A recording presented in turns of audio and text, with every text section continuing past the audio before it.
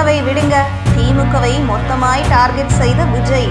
திராவிட கோட்டையில் தாவேக்கு கொடி பறக்குமா? நியூஸ் 10 தமிழ் நேயர்களுக்கு வணக்கம். நடிகரும் தமிழக வெற்றி கழகத்தின் தலைவரான விஜய் நேற்று நாகை மற்றும் திருவாரூரில் பிரச்சாரம் மேற்கொண்டார். திராவிட கோட்டை என அழைக்கப்படும் டெல்டா மாவட்டங்களில் விஜய் பிரச்சாரம் மேற்கொண்ட நிலையில் அவரது பேச்சில் திமுக எதிர்ப்பே பிரதானமாக இருந்தது. ஓரிரு வார்த்தைகள் மட்டுமே பாஜக குறித்து பேசினார். மீனவர் பிரச்சனை, விவசாயிகள் பிரச்சனையை முன்வைத்து விஜய் பேசியிருக்கும் நிலையில் விஜய்க்கு திரண்ட கூட்டம் வாக்காக மாறுமா என்ற கேள்வி எழுந்திருக்கிறது. 2026 தேர்தலை முன்னிட்டு கள அரசியலுக்கு திரும்பி இருக்கிறார் விஜய். கடந்த ஆண்டு கட்சியை ஆரம்பித்த நிலையில் ஒரே ஆண்டில் 2 பிரம்மாண்ட மாநாடுகளை நடத்திய விஜய் தற்போது தமிழ்நாடு முழுவதும் சுற்றுப்பயணம் மேற்கொண்டு வருகிறார். கடந்த வாரம் திருச்சியில் தொடங்கிய சுற்றுப்பயணம் நேற்று டெல்டாவின் தாய்மடியான திருவாரூர் மற்றும் நாகையில் நடைபெற்றது.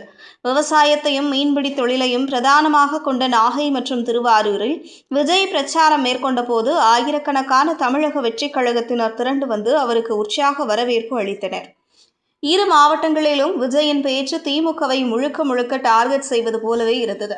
விவசாயிகள் பிரச்சனை, மீனவர்கள் பிரச்சனை ஆகியவற்றை முன்வைத்து பேசிய விஜய் திமுக அரசு செய்தது என்ன என ஜெயலலிதா பாணியில் செய்தார்களா என தொண்டர்களை பார்த்து கேள்வி எழுப்பினார்.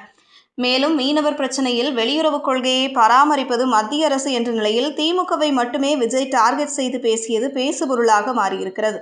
கொள்கை எதிரி என பாஜகவை கூறினாலும் தனது பிரச்சாரத்தின் 99% பகுதியை திமுகவை விமர்சனம் செய்வதிலேயே விஜய் செலவிட்டார் என்றுதான் சொல்ல வேண்டும். கலைஞர் தேரை ஓடவிட்டார், தமிழ்நாடு தேரை ஓடவிடாமல் செய்துவிட்டார் ஸ்டாலின் என முழுக்க ஸ்டாலின் எதிர்ப்பே விஜயின் பிரச்சாரத்தில் பிரதானமாக இருந்தது.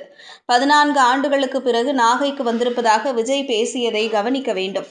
அதாவது விஜய் மக்கள் இயக்கமாக இருந்தபோது மீனவர் பிரச்சனையை கண்டித்து அங்கு ஒரு பொதுக்கூட்டத்தை நடத்தியிருந்தார் விஜய். 14 ஆண்டுகளுக்கு பிறகுதான் நாகைக்கு விஜய் சென்றிருப்பதையும் கவனிக்க வேண்டும். கொள்கை எதிரி என பாஜகவை பிரகடனம் செய்தாலும் அரசியல் எதிரி என குறிப்பிட்ட திமுகவையே விஜய் டார்கெட் செய்து வருகிறார். மேலும் கடந்த காலங்களில் மீனவர் பிரச்சனைக்கு காரணமாக சொல்லப்பட்ட கச்சத்தீவு விவகாரத்தில் காங்கிரஸ் குறித்தோ அல்லது கடந்த காலங்களில் ஆட்சியில் இருந்த அதிமுக குறித்தோ ஒரு வார்த்தை கூட விஜய் பேசவில்லை என்பது குறிப்பிடத்தக்கது. திமுக எதிர்ப்பு மட்டுமே பிரதானமாக இருக்கும் நிலையில் விஜயை காண்பதற்காக வந்த கூட்டம் எல்லாம் வாக்காக மாறுமா என்ற கேள்வியும் எழுந்திருக்கிறது. காரணம், நீதி கட்சி காலத்தில் இருந்தே நாகை, திருவாரூர் திராவிட கோட்டையாக விளங்கி வருகிறது. திமுக அல்லது அதன் கூட்டணி கட்சிகளை 2 மாவட்டங்களிலும் கோலோச்சி வருகின்றன. மீனவர் பிரச்சனை, விவசாயிகள் பிரச்சனையை கையில் எடுத்திருப்பதாக விஜய் கூறினாலும் விஜயை காண வந்த கூட்டம் ஓட்டாக மாறுமா என்ற கேள்வி எழுந்திருக்கிறது. கலைஞரின் சொந்த மாவட்டமான திருவாரூரில் விஜய்க்கு கூட்டம் திரண்டிருந்த போதும் திராவிட கொள்கைகளில் ஊறிப்போன மக்கள் தமிழக வெற்றிக் கழகத்தின் கொடியை பறக்க விடுவார்களா என்ற கேள்வியும் எழாமல் இல்லை.